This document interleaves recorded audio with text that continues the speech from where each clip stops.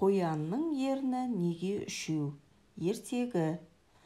Кәрі соқыр жолбарыс қоянды ұстап алып жеп қоймақшы болады. Саған бір қуырым еті жоқ мен емес, бұқа керек, дейді қоян. Онанда мен сенің жетектеушің болайын. Жолбарыс көнеді. Қоян соқыр жолбарысты тау, шатқал, құздар өтіп болмайтын қалың жыныстардың арасымен алып жүреді. Кешкісін әбден шаршаған олар тауда дамылдауға тоқтайды. Қоян тік жардың қасына от жағады. Жолбарыс жатып, бір кезде ұйықтап кетеді. Қоян болса отты қалай түседі. Жолбарыстың бір бүйіріндегі жүні өртене бастайды. Ұйқылы ояу бірдеңе деп міңгірлеп аунап түсіп, ыстық, дейді. Шетке қарай ығысып жат, сонда жақсы болады, дейді қоян.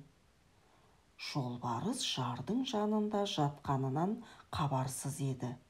Ығысам деген кезде төмендегі үшкір тастардың үстіне құлап түседі.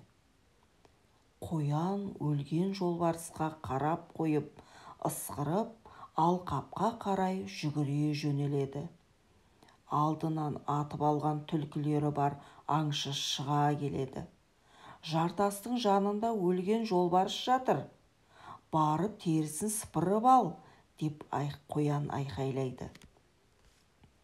Аңшыға түлкілерді көтеріп жүрген ауыр болып, жалғыз аяқ жолдың бойына қалдырып кетеді.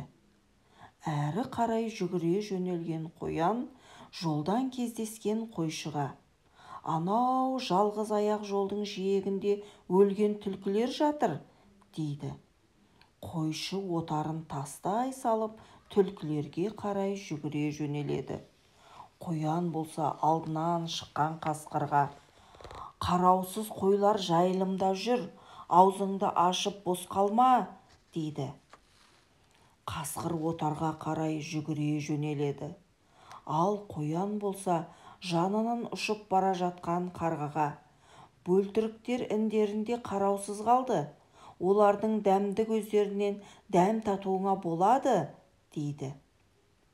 Қарға бөлтіріктерге қарай ұша жөнеледі. Қоян болса киіз үйдің жанында жіп иіріп отырған кемпірге келеді.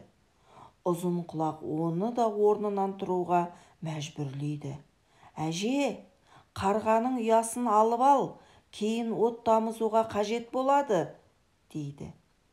Кемпір иіріп отырған жүнін тастай салып, қарғаның ұясына қарай жүгіре жөнеледі.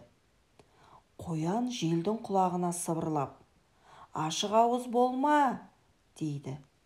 Жел жүнді далаға ұшырып ала жөнеледі.